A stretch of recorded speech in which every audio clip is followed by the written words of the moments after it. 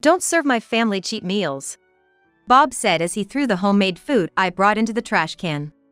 I never thought he would do something like this, and all I could do was watch. "Hey, what are you doing? Why would I let you serve us your cooking?"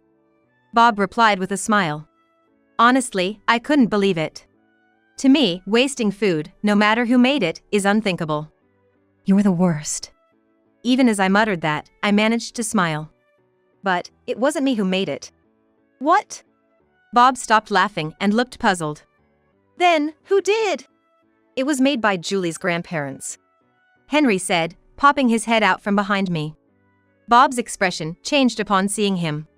"Why are you here?" "I'm Julie, a 28-year-old working in a restaurant. This restaurant is run by my grandparents. And someday, I dream of taking it over." "Grandpa, please teach me that secret recipe today." "It's still too early for you, Julie. Our restaurant is famous for Grandpa's special dishes and Grandma's delicate cooking. Both are so popular that we're packed with customers every day." Julie really is all about cooking. Indeed. But I wish she'd do a bit more housework besides cooking. For the record, my parents have jobs unrelated to cooking. Dad is a company executive, and Mom works part-time in an office. Dad, who was raised on this restaurant's flavors, can hardly cook. That's why both my parents and grandparents say it's okay if I don't take over the restaurant. But I love the food here. Grandpa and Grandma are so cool. Really? If Julie says that, I'll have to try even harder. I loved watching my grandparents cook. They even taught me simple dishes I could make as a child, which I then served to my parents. This is delicious. Julie, you're a cooking genius, really delicious. Julie might become a better chef than us. They praised me enthusiastically. From that day, I dreamed of becoming a chef. And now, that dream has evolved into taking over my grandparents' restaurant.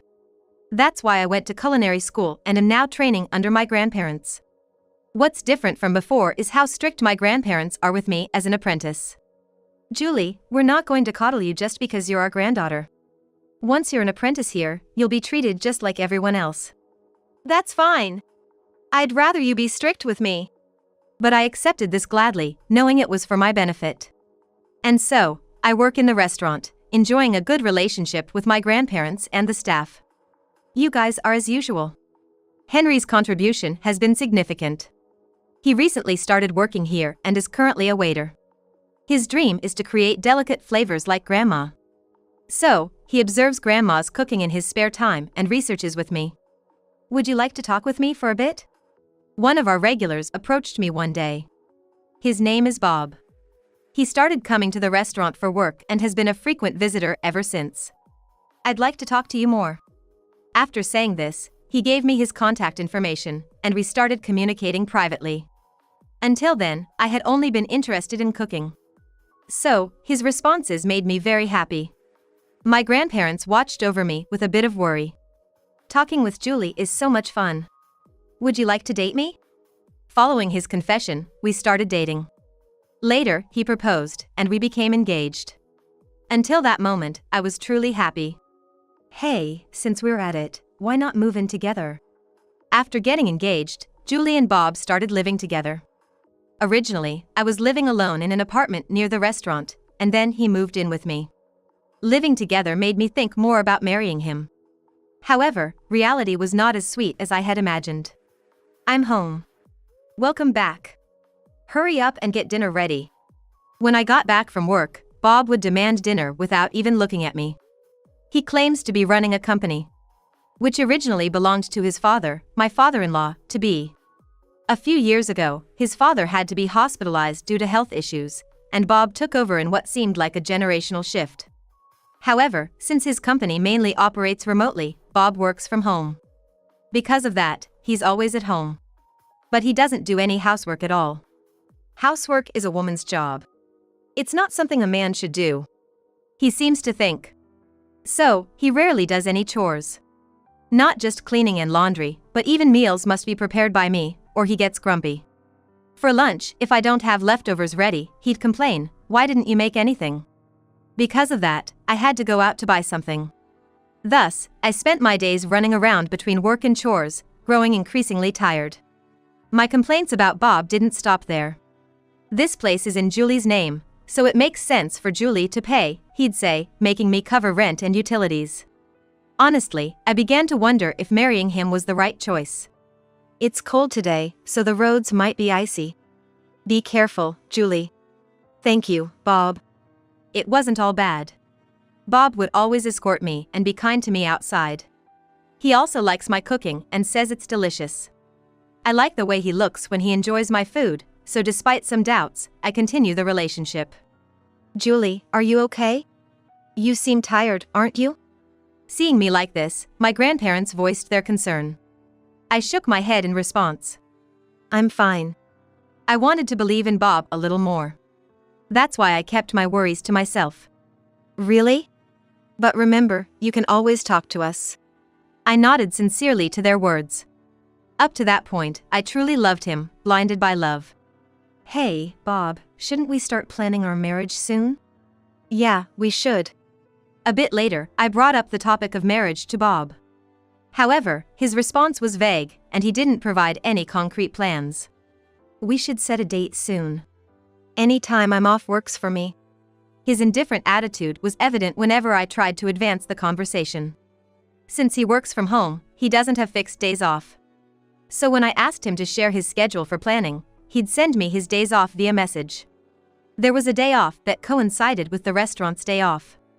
How about we choose this day? All right, got it.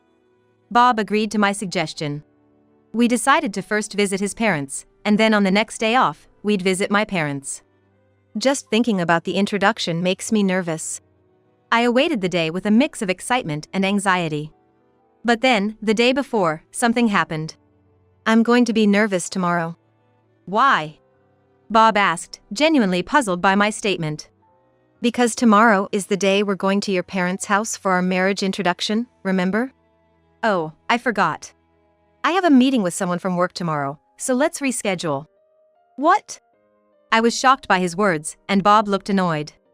My work relies on trust, so visiting at my parents' house will have to wait. How about we go to my parents first then? That won't do. It's a priority to visit the husband's parents' house first. Despite my objections, Bob wouldn't budge. As a result, the visit to my parents' house was postponed to what was originally supposed to be the visit to his. I communicated this to my mother with a sense of resignation. Well, that's disappointing, but it can't be helped. My mom said she'd talk to my dad for me. I was expressing my gratitude when she asked, worried, I heard from you folks, are you really okay? It seems she had heard from my grandparents and was concerned. Though I had told my grandparents I was fine. My mom's question made me waver in my decision to marry. Up until recently, I could overlook Bob's faults and truly wanted to trust him. But now, I find myself focusing on his negative aspects, contemplating calling off the marriage. Julie? Brought back by my mom's voice. I shook my head to clear the negative thoughts. I'm thinking of using the marriage introduction to decide. All right, I understand. But remember, whatever happens, your dad and I, as well as your grandparents, are here for you. She reassured me before we hung up. I had hoped to build a happy family with Bob.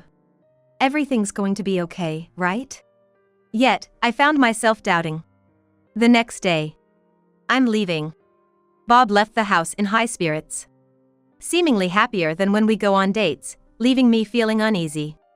Huh, what's this? A smartphone? My eyes landed on a smartphone left atop the shoe cabinet. Thinking I had time. Huh? I picked it up when I saw a notification from a woman saying, "Can't wait to see you." I froze, and then another message appeared. "Let's hurry up with the wedding plans." The word wedding sent my mind spinning. What's this? What was Bob's relationship with this woman? Just then, the front door opened. Huh? Julie? Bob seemed surprised to see me at the entrance. But his expression quickly changed when he saw his smartphone in my hand. Did you see it? Oh, I noticed your smartphone and thought I'd bring it to you. Then the door opened, and you scared me. I replied quickly, and he visibly relaxed. Returning to his usual kind smile. Thanks. He said, taking the smartphone from me. After he left, I collapsed on the spot. No way! I couldn't shake off a bad feeling.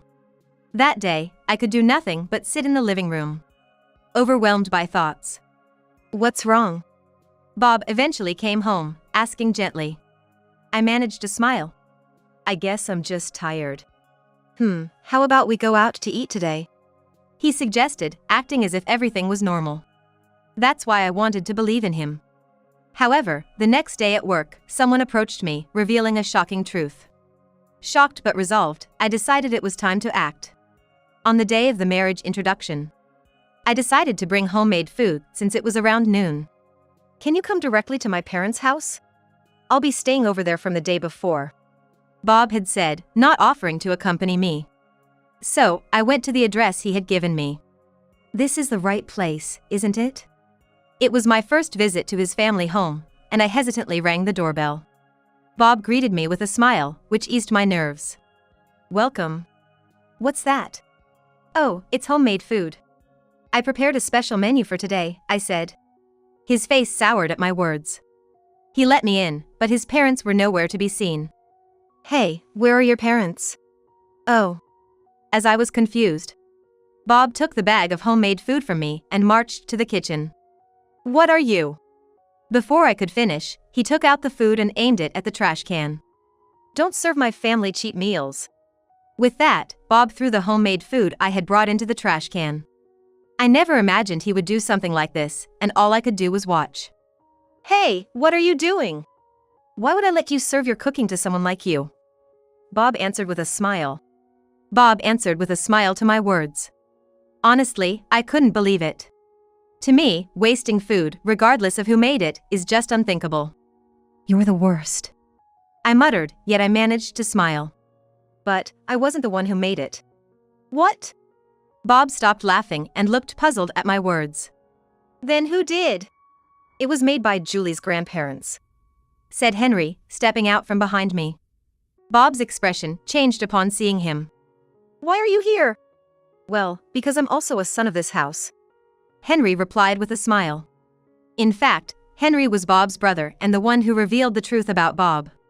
Actually, Bob is my brother, and he tried to crush my dream. Originally aspiring to be a chef, Henry planned to attend culinary school, just like me, but was forcibly put into Bob's company. Though given the title of vice president, he was essentially burdened with running the company. Despite being young and often underestimated, Henry was busy every day. But all the credit went to the president. That's why I finally snapped. He submitted his resignation and fled from both the company and home, eventually finding refuge in our restaurant. Since then, every day was fulfilling until Bob showed up. Worried about being dragged back or harassed, he learned about my relationship with Bob and decided to return to this family home before the marriage introduction. I never thought my parents didn't know anything about the marriage, he said, surprised that our in-laws were unaware of our plans or the upcoming introduction. Today was supposed to be my father-in-law's doctor appointment, so they were not home. An emergency family meeting was called in their absence. As a result, they decided to meet for the introduction over a meal after the appointment, sometime before noon. I can't believe you didn't tell Julie such an important thing. I learned about this not from Bob but from Henry at the restaurant the other day. By then, I was already disillusioned with Bob, but I came today for the sake of his parents who made time for us. Got a call from Dad just now. Looks like the appointment is running late. It seems the appointment was delayed, and they hadn't returned home yet. Bob took this opportunity to throw away the homemade food. Why did he did such a thing? Basically, you just wanted revenge on me for running away, right? So, you don't really love Julie. Am I wrong? Henry's words made Bob flinch. Apparently, Henry had harbored feelings for me. And Bob, upon discovering this after coincidentally visiting the restaurant, deliberately approached me.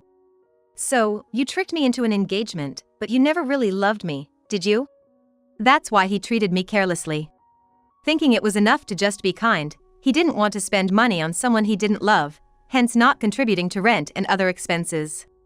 Of course, I was angry at him. So, that is... Bob struggled to find an excuse, his gaze darting around. Yet, throwing away my grandparents' cooking would cause a significant issue for him, something he seemed oblivious to as I smiled again. I'm going to make him pay. My smile was full of determination. And Henry seemed to share the sentiment, smiling similarly. "By the way, I got all of that on video," Henry said, showing Bob the smartphone. The video displayed Bob throwing away the food. Seeing this, Bob wondered why. "Oh, did you forget? What do most people use my grandparents' restaurant for?" "For business." "Right. It's well known enough that many people use it for work." We were astounded that he still didn't grasp the situation. "You might not realize it because you only care about superficial management, but if it gets out that you threw away their food, it'll badly damage your company's image," Henry explained. Bob finally understood, his face turning pale. "I've really done something stupid." Just then, we heard voices and turned to see two people who appeared to be my in-laws. With stern looks on their faces, my father-in-law and a saddened mother-in-law apologized to me and gave Bob a severe look. "I was foolish to leave everything to you. Those restaurant owners have been a great help for years, used by many companies for entertainment. Being frowned upon by that restaurant means a company is in trouble." Bob's act of throwing away food from such respected restaurant owners would likely spell trouble for his company if it became known.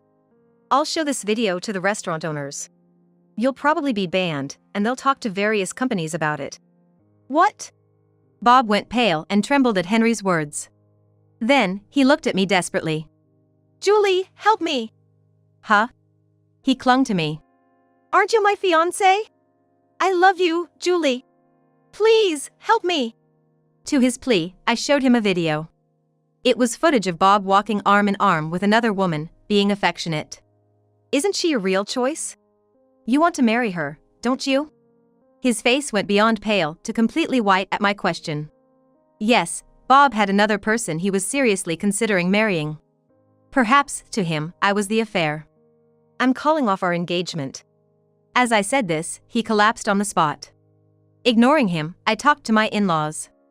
"I'm sorry for causing trouble. Really, I'm sorry." "No, we're the ones who should apologize for causing a fuss."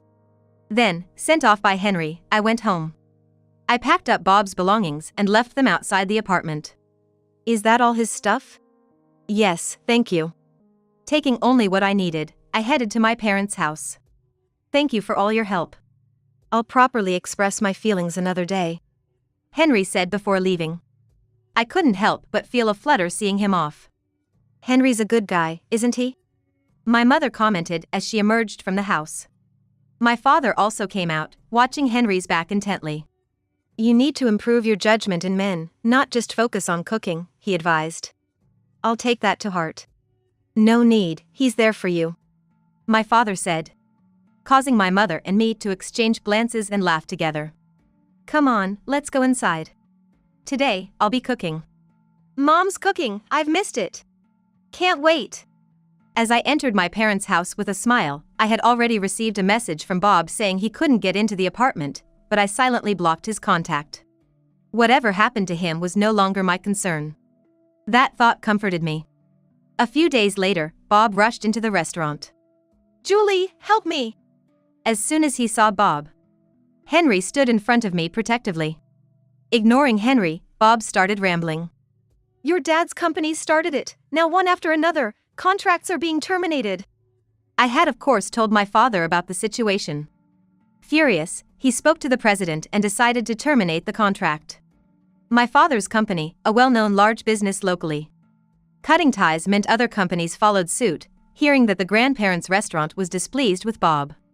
"Now my company's in dire straits. Employees are quitting one after another." Those employees were apparently offered new jobs by my father-in-law.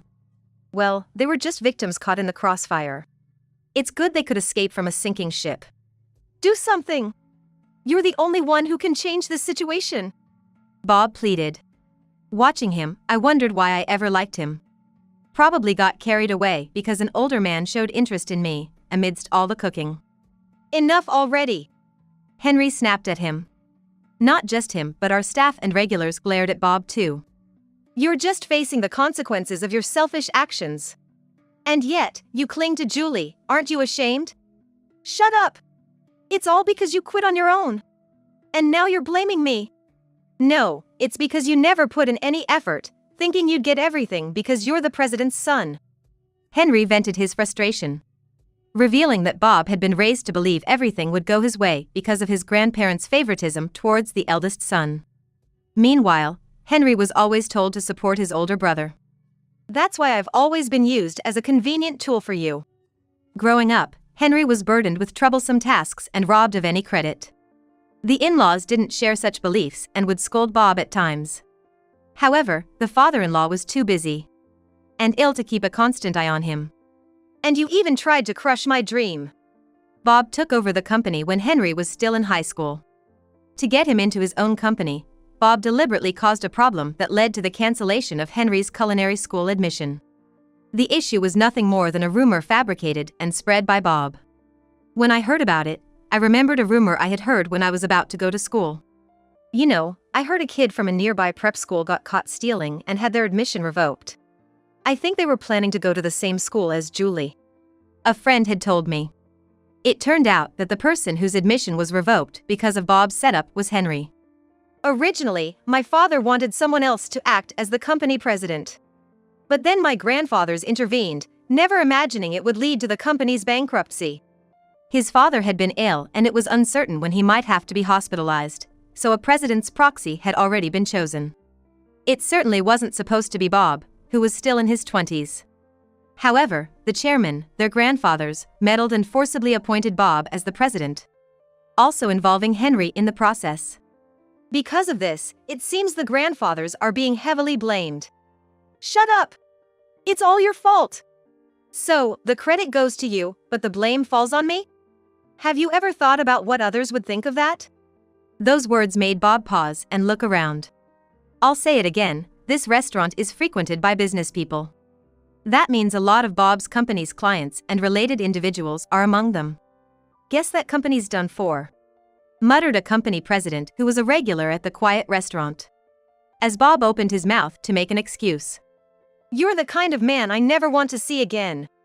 Don't ever show your face in this restaurant or in front of our granddaughter again." Grandparents shouted as they sprinkled salt. A gesture I thought was wasteful, but no one stopped them. Just as my grandparents said, "Never appear in this restaurant or in front of me again." "I hate you." "I will make her happy." "Clean up your own mess." Our words and the cold stares from around us made Bob run away. Then, as if in approval, everyone applauded Henry, who blushed at the attention. "Well, so, would you like to go out with me?" he said, offering his hand, which I took. More applause broke out, and the grandparents smiled happily. Henry finally spoke up. "Reminds me of us back in the day." "Stop it, you're embarrassing. Let's get back to work," I said, blushing under their warm gazes, prompting laughter around us. Needless to say, Bob's company went bankrupt. He ended up with a huge debt from the compensation and lawsuits from employees Henry had replaced. His parents, unable to help him, sold their house and moved to the countryside. Thus, Bob turned to his grandparents for help. However, already aged and having lost trust due to this incident, they couldn't do anything but run from debt collectors. "Watch the seasoning, Henry." "Okay." Since then, Henry has been officially training under my grandmother. Just like I've been learning secret recipes from my grandfather as his apprentice. The apprentice couple is working hard today. "Hey, we're not married yet." "Not yet means you're planning to, right?" Since that day, we've been dubbed the apprentice couple. Indeed planning on marriage, but shy about it. I wouldn't have agreed if it were that man, but Henry, I'd entrust Julie to you. When you're truly married, let us taste the food you both make. Henry and I are living together. We left the apartment we used with Bob and moved into one Henry rented. Thus, we've been spending happy days together, returning home together and sharing household chores on weekends. "You're Julie, right?" One day, while returning home with him, a woman approached us. Henry and I recognized her. "You're Bob's." Yes, she was the woman Bob truly wanted. Unaware of my existence, she only learned of the whole affair when Bob clung to her. She apologized to me. "I'm really sorry." "No worries. Please forget about us and find your own happiness." She apologized repeatedly before leaving. Should you let her off that easily? It's fine. She was another victim of Bob's lies. Plus, Her messages helped me gather evidence of his affair. It was because of the message notification from her that day that I was able to conduct an investigation based on her name. I thanked her, not wanting to remember him any further. Besides, I don't want to remember him any more than I have to. Right. And so, we stepped forward towards happiness. Soon getting married. And continuing to live blissfully, thanks to Henry always putting me first. Today, we were taking a test from my grandparents. Yes, you've passed. Yes, with this taste, we can entrust the restaurant to you, said our grandparents, making us jump for joy. Finally, my dream of taking over the restaurant and his dream of becoming a chef were realized. There was also another piece of good news. Soon after, I found out I was pregnant with Henry's child. Thanks to you, Julie, all my dreams have come true. Thank you truly. All of them? Yeah, I was always disregarded by Bob and the grandfathers, so I was determined to build a happy family, to be happier than him. I smiled at his words. Indeed, his dreams had come true. Then, let's strive to be even happier together. Yeah, we've got to let our child taste our cooking too. We could talk about the future with smiles on our faces. Grateful for the days given to us by Henry, I swung my arms today again to cook.